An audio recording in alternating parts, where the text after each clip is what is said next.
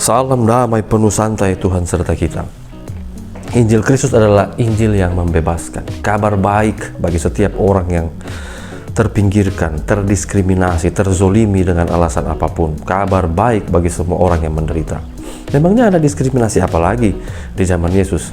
Selain diskriminasi penderitaan yang secara teologis menghakimi orang-orang yang menderita sebagai orang-orang yang menuai dari hasil dosa sehingga mereka terpinggirkan dari pergaulan bermasyarakat. Diskriminasi rasial, ada diskriminasi rasial ketika secara ras orang Yahudi mengambil sikap menjauhi atau mendiskriminasi orang-orang yang tidak sesuai dengan kriteria rasial mereka. Secara umum memang orang asing dianggap, semua orang asing yang dianggap ada di luar perjanjian Allah itu. Tetapi kemudian secara khusus ada orang Samaria. Orang Samaria memang adalah komunitas yang terbentuk setelah kerajaan utara diduduki kerajaan Asyur. Kerajaan Asyur membuang warganya, kemudian daerah utara itu diisi oleh kerajaan Asyur dengan warga-warga dari bangsa-bangsa lain.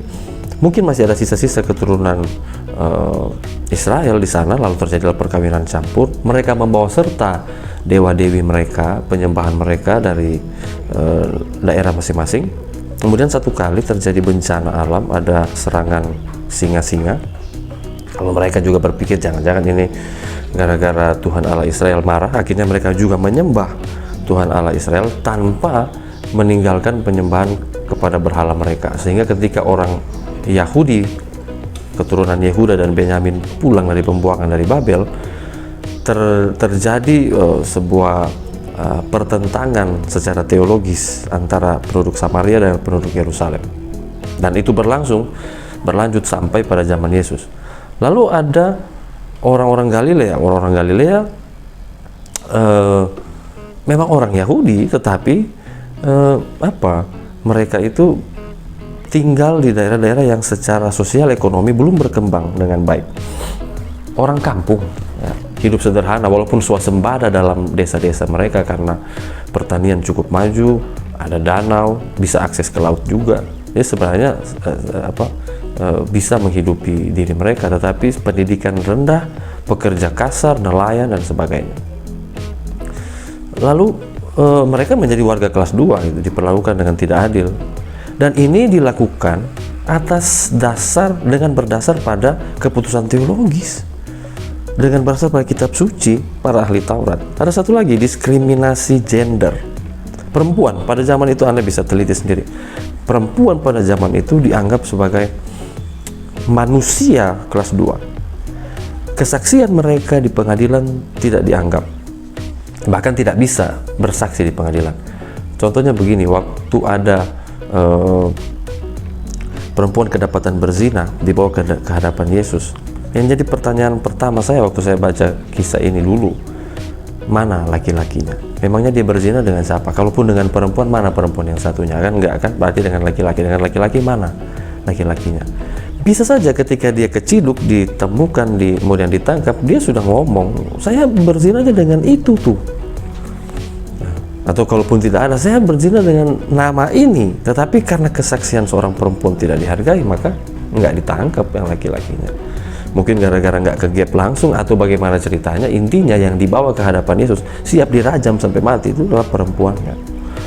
Berangkat dari tafsiran bahwa perempuan itu bisa menjadi sumber dosa bagi laki-laki, sehingga dipakaikanlah baju yang khusus, tidak boleh memunculkan aurat, jangan sampai menjadi penggoda bagi kaum laki-laki dan seterusnya. Itu orang Yahudi loh ya, dasar awalnya tuh begitu. Lalu apa yang dilakukan Yesus sebagai penginjil, pembawa kabar baik bagi orang-orang yang terdiskriminasi? Perhatikan baik-baik. Ketika Kristus membutuhkan contoh untuk menjelaskan siapakah sesama manusia, dia menceritakan satu perumpamaan yang sangat menyinggung, bikin kebakaran jenggot para ahli Taurat. Kebetulan jenggot mereka panjang-panjang, yaitu tentang apa? Orang Samaria yang murah hati. Seorang kena serang penyamut, imam lewat nggak nolong, Lewi lewat nggak nolong, ditolong oleh orang Samaria. Ketika Yesus hendak bicara sesuatu yang mendalam, bahkan dan itu menghasilkan ayat-ayat di Alkitab soal penyembahan yang benar, untuk menyembah Bapa dalam roh dan kebenaran, yang dia lakukan adalah berbincang dengan siapa? Dengan seorang perempuan Samaria. Astaga, ya. Ini bukan sekedar pemilihan yang kebetulan, ini adalah pemberontakan terhadap cara berpikir diskriminatif orang-orang Yahudi saat itu. Jadi Yesus nggak cuma ngomong, dia tidak sekedar bicara, tapi langsung dengan tindakan nyata.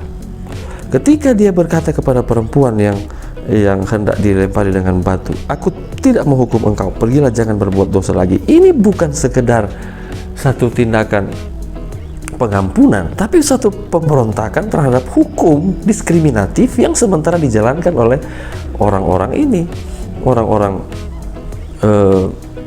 Yahudi. Bentar, pause dulu. Oke, lanjut. Yang lebih dari itu adalah ketika Kristus hidup dan mau bertumbuh besar, dia lahir di Bethlehem, Yudea, sempat ngungsi ke Mesir. Baliknya, entah apa yang ada di benak Yusuf dan Maria, baliknya ke Nazaret di daerah Galilea. Enggak cuma sampai situ, dia dikenal sebagai Yesus orang Nazaret. Kemudian pelayanannya selama 3,5 tahun mayoritas berkutat di Danau Galilea seputaran situ, mengadakan mujizat. Mungkin ada yang berpikir, ya memang kan orang-orang di situ butuh mujizat. Loh, utara selatan semua butuh mujizat, butuh pertolongan Tuhan. Tetapi ya dia di situ karena bukan cuma sekedar untuk memenuhi kebutuhan orang-orang di sana, tetapi sebagai tindakan nyata menentang diskriminasi.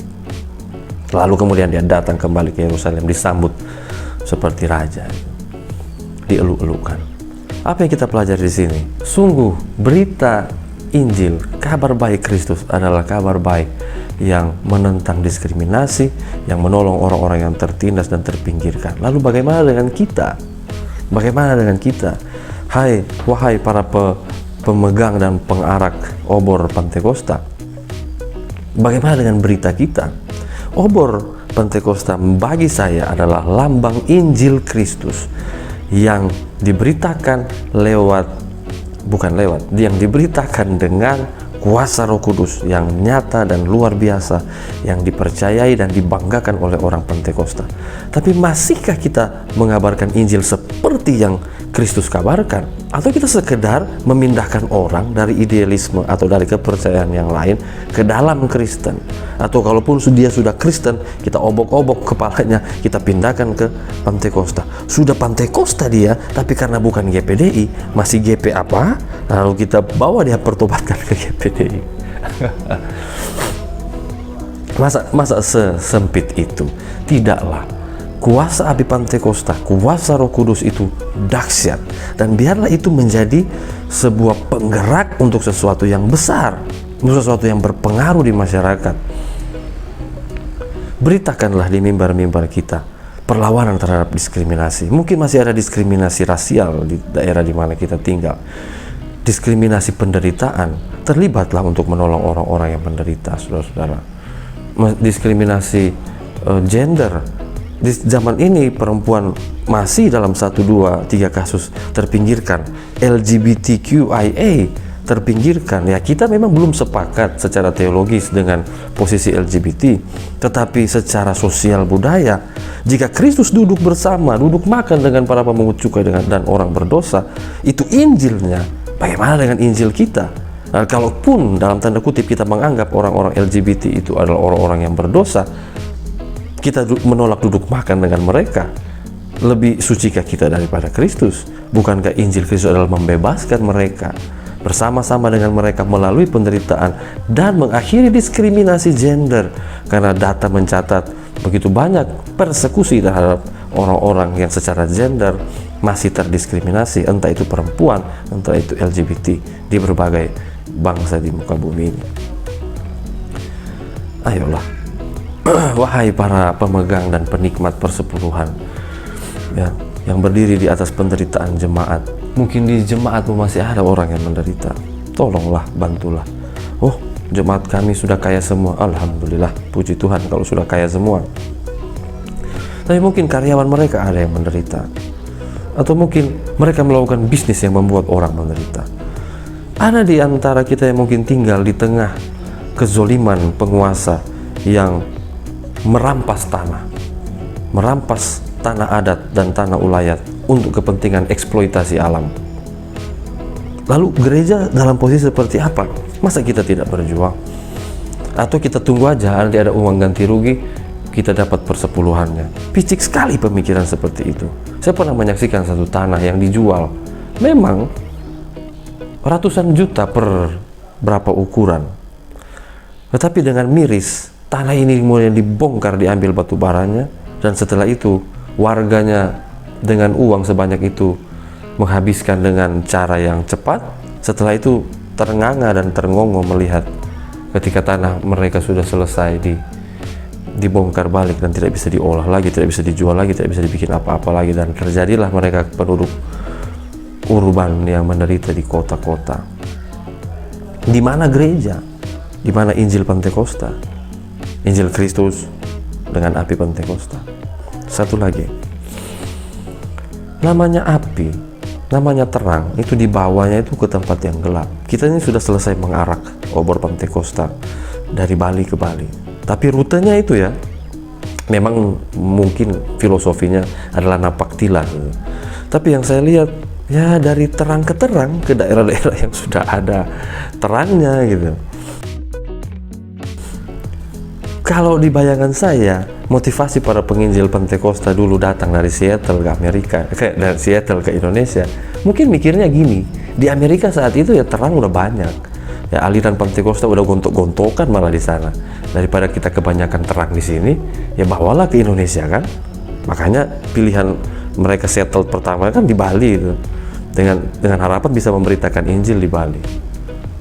Ya dari terang, kita anggaplah dari terang datang ke Indonesia yang katakanlah secara Injil masih gelap. Ya harusnya kan gitu ya.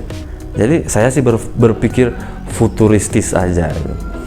Jadi ke depan kalau ada arakan obor lagi, mungkin rutenya ke daerah-daerah yang belum ada GPDI-nya, ke savana-savana Sumbah di mana para perintis kita itu sementara berjuang, ke hutan-hutan Kalimantan yang sementara over exploited gitu, ke hutan-hutan Papua yang juga sementara diobrak-abrik jadi sawit, jadi kebun sawit.